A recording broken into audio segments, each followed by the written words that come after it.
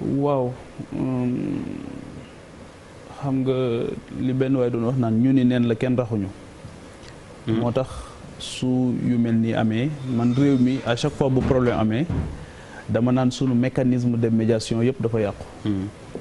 Les cours et les tribunaux aussi ne nous servent plus à grand chose. mais est-ce que loi domaine bi tamit mi tëral suuf si du looloy problème bi parce que au-delà de bi bëri na fi coow trop te suuf la rek ba léegi moo tax ma ne li xew nii c'est symptomatique d'une certaine façon de procéder maanaam li ma intéressé mooy comment est-ce qu'on en est arrivé à ce niveau nan la ñu def ba agsi ci lii tey jii Ndingler la ñuy wax mais bu ngeen demee dans un passé très récent rek gis nañ fi Fanaye Diéry gis nañ fi Mbane gis nañ fi ay Témé Soubalbé gis nañ fi aujourd'hui ce qui se passe dans l'exploitation des ressources minières au niveau de Sabodola ak yeneen yoo xamante ni jamono bu nekk gis nga ay jogoog yooyu yëpp question suuf dafay posé wu.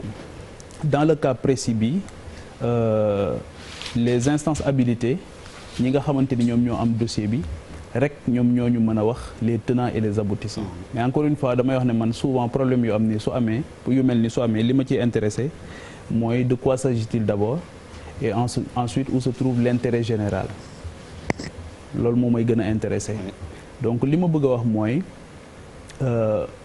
bay suuf dafa am solo surtout ci kaw gi man je suis très bien placé pour wax ko parce que Caajaay géem nga xamante ni fa la nekkoon de kii bu naa tudd Caajaay donc dama daan dem bay gis ñoo xamante ni aussi bay moo tax ñu leen daan fayal jàng je me rappelle boobu école Notre-Dame de la Paix bi fa nekkoon 12000 la woon année bi à l'époque année 18000 bi ñu ko yokkee tolee la defoon ci dëkk bi ñu ko yokkee di ko 18000 ñu ne 18000 dafa bari l'année te loolu la nit ñi daan baykat yi doomu baykat yi ñoo fi daan jël di ko di fa kii nga xamante ni même bu fekkee ne privé catholique la woon mais dafa amoon benn connotation sociale bu am solo boo xamante ni dañ daan gunge xale yi pour ñu jàng te ñooñu ci mbay lañ yaakaaroon te say doomu baykat ñoo fa nekkoon donc suuf c'est extrêmement important.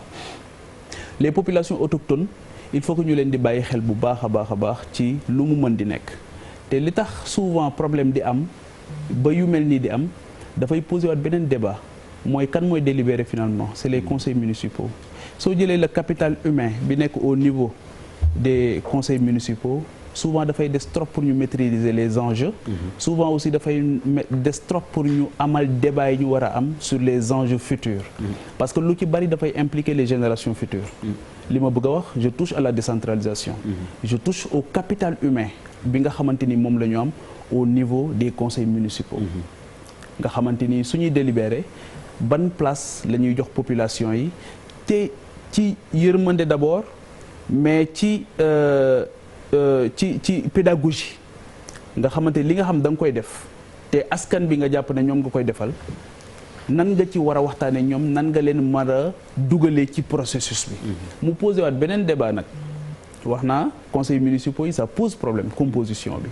ci capital humain bi nga xamante ni moo fa nekk mais mu posé beneen problème ci suuf mooy le mode de désignation des conseils municipaux ci mode électoral bi nga xamante ni ci lañ leen di fale tey jii boo demee ci dëkk nga waxtaan ak nit ñi nga def micro trottoir ne leen ci conseil municipal bi kan moo yor commission environnement kan moo yor commission santé kan moo yor commission duñu ko xam te ñooñu ñooy décider ci seen avenir donc loolu dafay posé boo demee nag ci village yi mu gën a compliqué parce que suñu réew tamit ñi mën a lire ba ci biir conseil municipal yooyu di nga fa fekk ñoo xamante ni langue bi nga xam moom la ñuy jëfandikoo mënuñu lire mënuñu bind.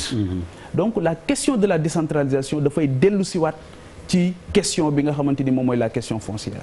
leneen li aussi mooy Charles wax na ko léegi par rapport à l'agriculture ban type d'agriculture la ñu bëgg. c'est l'un des enseignements du coronavirus. Et que dans ces débats-là il faut éviter d'être pour ou contre. Anti wala pour nangam ak nangam il faut éviter le mercenariat dans ces genres de dossiers là il faut que ñi ciy wax yëpp wax ci li seen xaqullahi taala ak bëgg rek jàmm am bañ cee wut Sénégal li ko xaw a yàq mooy lu ma ciy am loolu moo ko yàq lu ma ciy am donc quand les gens prennent la parole en public nañu wax pour l'intérêt supérieur des populations l'intérêt supérieur de la nation. Babacar Ngom tey mais on va pas réduire son parcours à l'affaire de Ndingler. jël Babacar Ngom tey réduire tout son parcours à l'affaire de Ndingler moi je vais pas le faire. Il a eu un parcours, il fait travailler aujourd'hui beaucoup de Sénégalais ñu bari ñoo ngi ciy gis seen bopp tey.